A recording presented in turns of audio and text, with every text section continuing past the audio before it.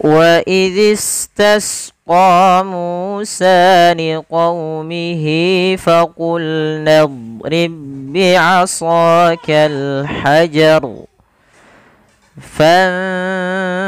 فانفجرت منه 12 عينا قد علم كل أناس مشربهم كلوا واشربوا من رزق الله ولا تعثوا في الأرض مفسدين.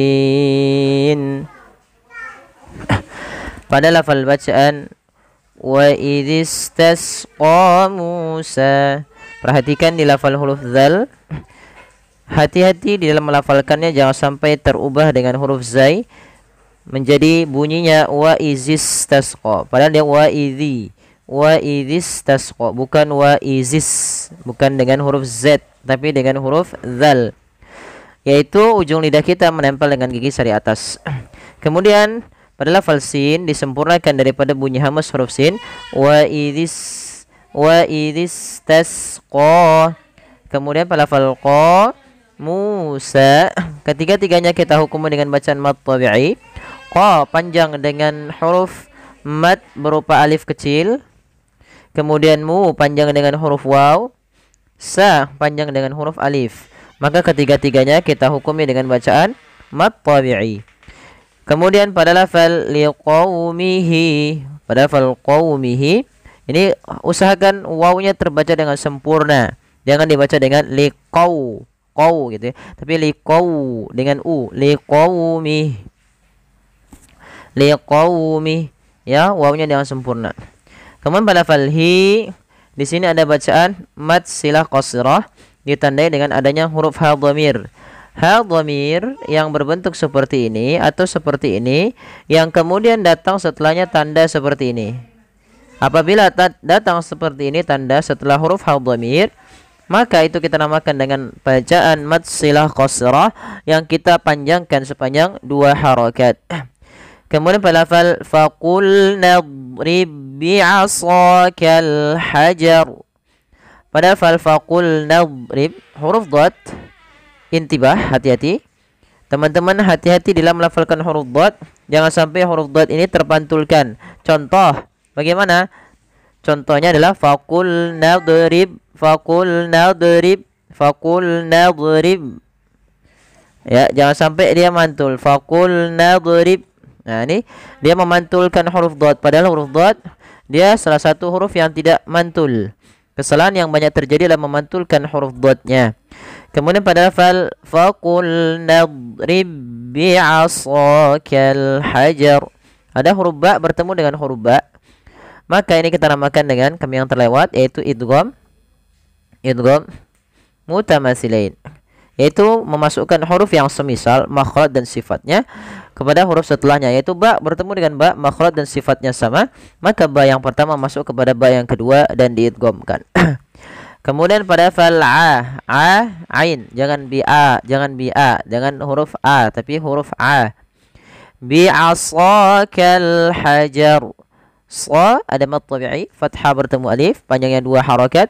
Kemudian pada fal kal hajar ada alif lam. Ini kita namakan dengan alif lam qamariyah, yaitu huruf alif dan lam yang kita tuliskan dan kita baca dengan jelas suara lamnya. Kemudian pada lafal al-hajar ada huruf ra yang dia disukunkan dengan sukun arid. Sebelumnya ada huruf berharakat fathah, maka di sini kita hukumi dengan ra tafkhim.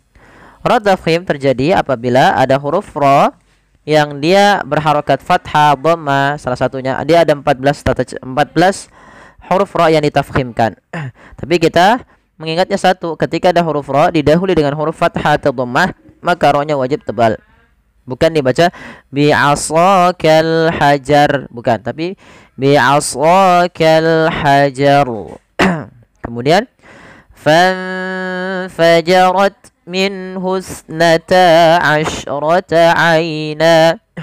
Pada lafal fa ada nun sukun bertemu dengan huruf fa, maka kita namakan dengan bacaan ikhfa.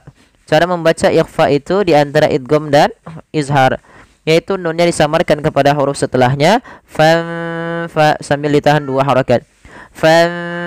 Fajarat fa jangan jangan fa dibaca dengan p. Kemudian pada lafal ta sukun, pada lafal rot ta memiliki salah satu sifat, yaitu namanya sifat syiddah.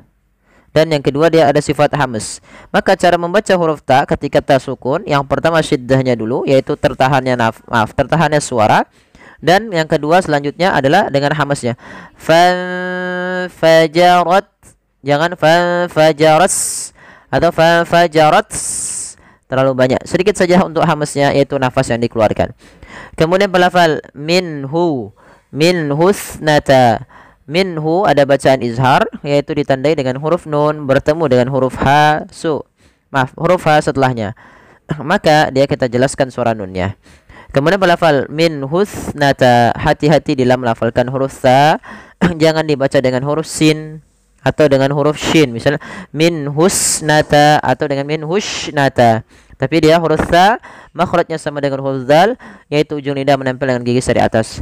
Min husnata asyrata aina, fanfajarat min husnata asyrata aina. Kemudian qad alima kullu unasim mashrabahum. Maaf, tadi kami kelewatan. Itu pada fal asyrata. Di sini bukan asrata tapi ashin. Tengah lidah kita ash.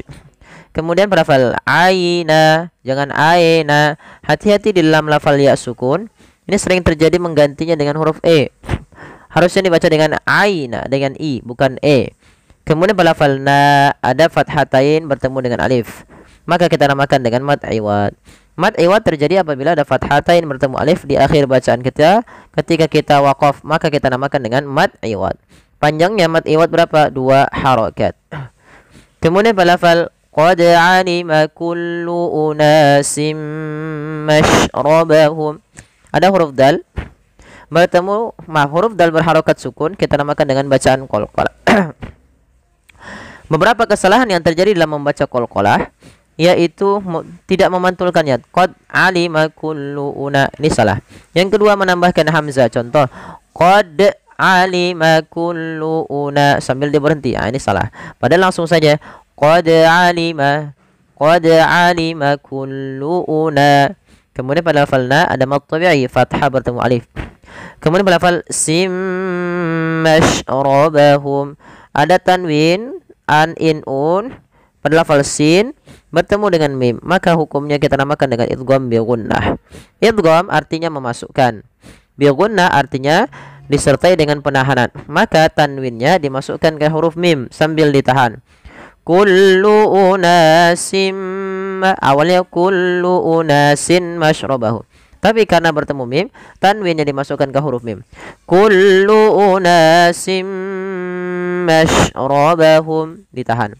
Kemudian mashrabahum, shin tadi sama seperti ini, ashra yaitu dia ash ada sifat tafasyi. Tafasyi itu intisarus saut fil fam, yaitu menyebarnya suara di mulut banyak. Kemudian kulu washrabu mir rizqillahi wa la ta'thaw fil ardi mufsidin. Pada lafal kulu washrabu, pada lafal lu ada mad tabi'i, yaitu dhammah bertemu waw. Alif di sini biasanya alif yang ditandai tanda seperti ini, lingkaran kecil, ataupun alif yang begini, ini dianggap tidak ada, sehingga langsung ke huruf setelahnya saja. Kulu maka mad tabi'i 2 harakat, washrabu sama mad tabi'i pada lafal bu, alif yang dianggap tidak ada. Mir rizqillah, nun mati ketemu ra, kita hukumi dengan bacaan idgham bila gunnah, yaitu bacaan idgham ketika adanya nun sukun bertemu dengan ra, maka dia nunnya masukkan ke ra tapi tidak ditahan, maka dinamakan dengan bila gunnah. Tidak boleh ditahan tapi mir rizqillah.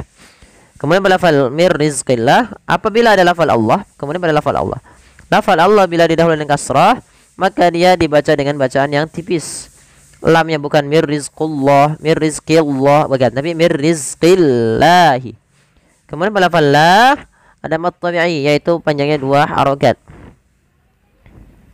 Lafal Allah 2 harokat. Kemudian wala ta'tsaw, la sama mad tabi'i, fathah bertemu alif, ta ain a, saw saw, sa ketemu waw, dia lembut dalam pelafalannya bacaan lin. Wala ta'tsaw, alifnya dianggap tidak ada.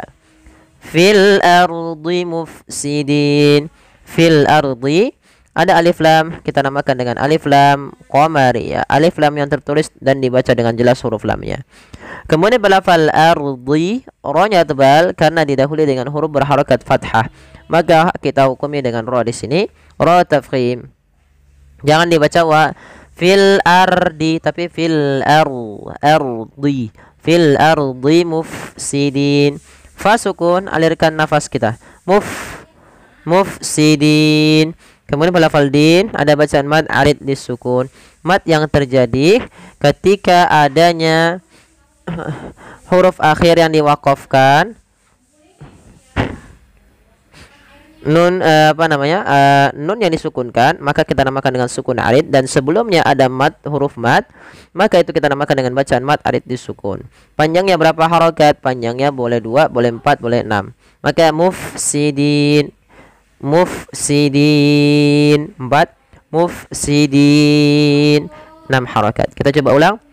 Wa idhistasqa Musa liqaumihi faqulna idrib bi'asakal hajar fanfajarat minhu 12 'ayna qad 'alima kullu unasin mashrabahum